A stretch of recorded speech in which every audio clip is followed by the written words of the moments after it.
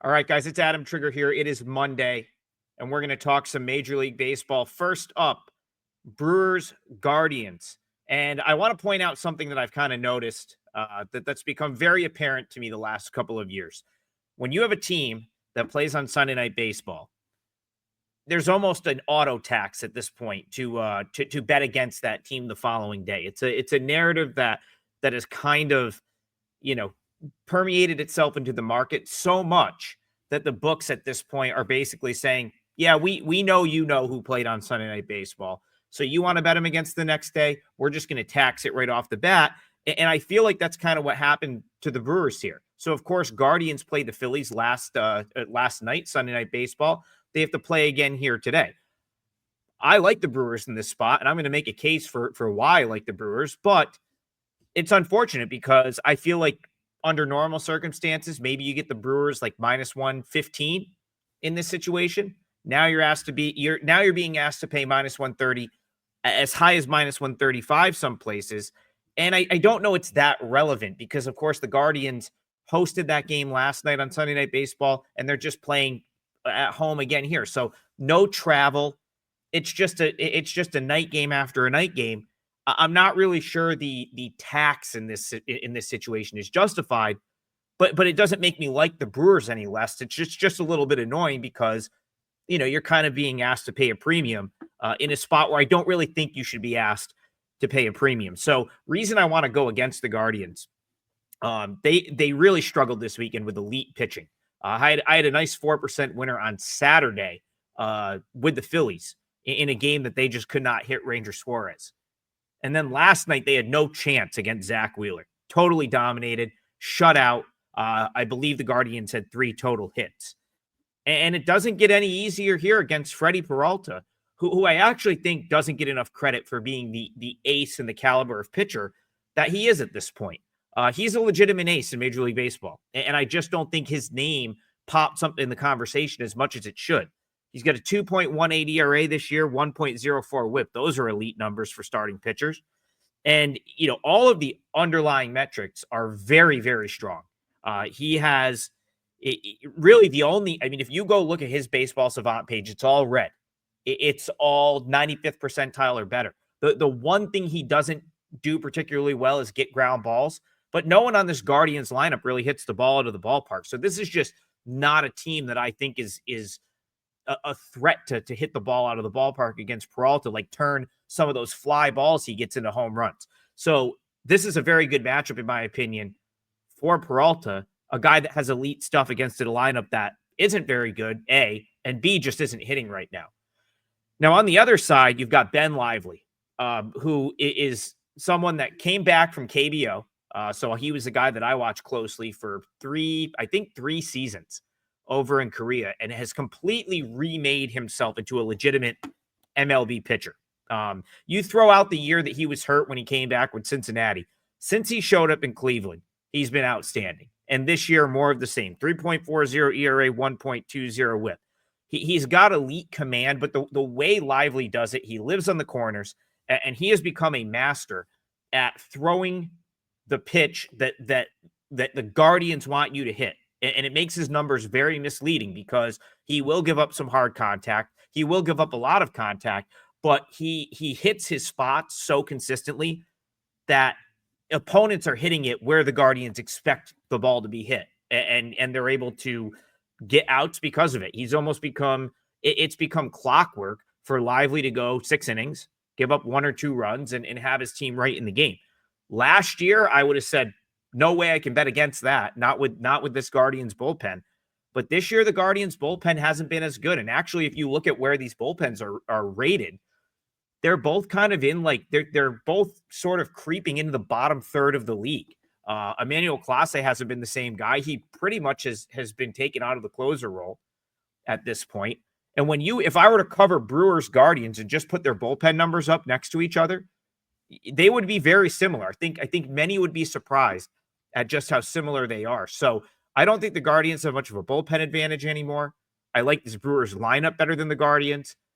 The Brewers have a ton of team speed, so they could give Lively a little bit of trouble if they can get some guys on base, which he will give up some base runners.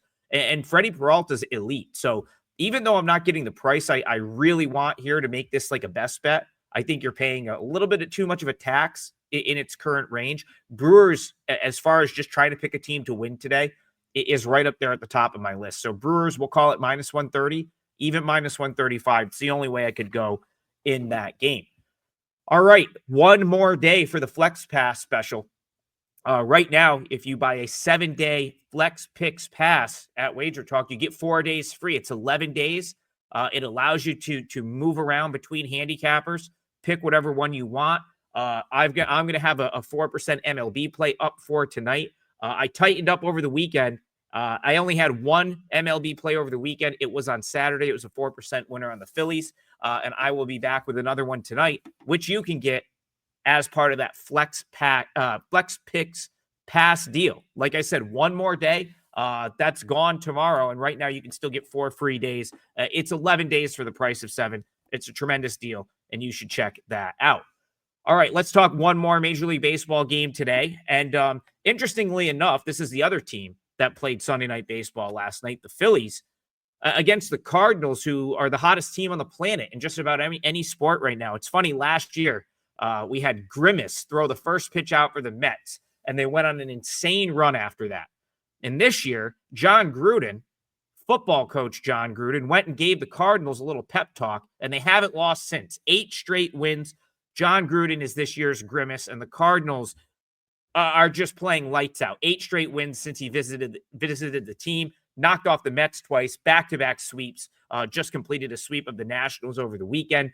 And now they face like another team that's just insanely hot all of a sudden in the Phillies, who have won 5 of their last 6. But the interesting part about this is, no discount here for the Phillies. The Phillies actually are in a worse spot than the Guardians. They played Sunday Night Baseball last night on the road. They now have to travel home, but no discount here. Phillies minus 170, and that's kind of insane when you think that they're up against a team in the Cardinals that have won 8 straight games and have a starting pitcher on the mound that has a whip under 1. Matt Liberatore has been as good as any starting pitcher in the league this year. 3.05 ERA, 0.95 whip. And yet the book's giving him and the Cardinals no respect, even in a spot where the Phillies theoretically fall into that team that should be like the other side should be taxed, right? They played Sunday Night Baseball, had to travel, had to play Monday night, but it's the Phillies, and the Phillies at home always get bet. So it's almost like it overrides that spot a little bit here. Let's talk about Matt Liberatore for a second. It's not surprising that this guy's good. He was a first-round pick for the Rays, who are as good of an organization as drafting pitching than any, back, I think, 2018. Now, the Rays, they're not losing sleep at night because they turned him into Randy Arozarena. Yeah, that was the trade when he was a prospect. Of course, Arozarena had a tremendous run in Tampa, but he's finally emerged. This is a guy that the Cardinals, at the big league level, he really hadn't been it until this year. But it's just taken him a little extra time. But right now he has elite command of his off-speed pitch. The pitch mix is fantastic. Off-speed, fastball, both have been excellent. And in year 4 in the MLB, Liberatore certainly looks like he's trending toward being one of the elite left-handed pitchers in the league right now. And I think he's a little bit disrespected and discounted, all things considered, in the market here. Now he's up against another elite southpaw in Christopher Sanchez, 2.89 ERA, 1.23 whip. I've been waiting for this guy to regress, I feel like 3 years now. Back in 2023, he got off to a hot start, and it's like he's still hot. It's 3 years later, mid-3 ERA, his whip in the 1.1, 1.2 range. He's really good. And you look at his underlying metrics, it suggests he should be worse than he is. But we're going on 2.5 years now of him being really good. So it's hard to say, okay, well, his underlying metrics show regression. They've shown regression for 2.5 years, and he still hasn't regressed. That being said, I don't know that you really want to pay this price tag for Sanchez.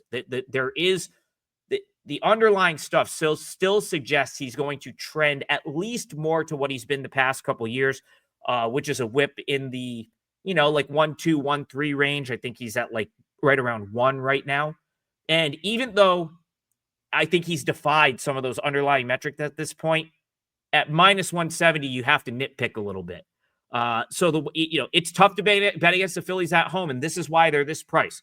5-1 their last 6 games, 13-6 at home this year. Last year, an absolute machine at Citizens Bank Ballpark, 54-27. They don't lose many games at home, but right now the Cardinals are they're riding that wave. 8 straight wins, playing like a team possessed. Right now, you can get the Cardinals plus 1.5. It's like minus 135, minus 140. That is a pretty solid play, in my opinion. You get the road team, you get the extra at bat. You essentially force the Phillies to have to win by margin in 8 at bats, because, of course, if the Phillies are batting in the 9th inning, it means they're tied or trailing. So I think that's the way you look in this game. Not going to make my client card, but the Cardinals are just playing too good right now, in my opinion, to fade them with Liberatore on the mound, a guy that's sort of coming into his own this year. So Cardinals plus 1.5, and the Brewers are my 3 picks for today. You want my client plays, head on over to WagerTalk, take advantage of that flex picks special that we have for one more day, 11 days for the price of 7.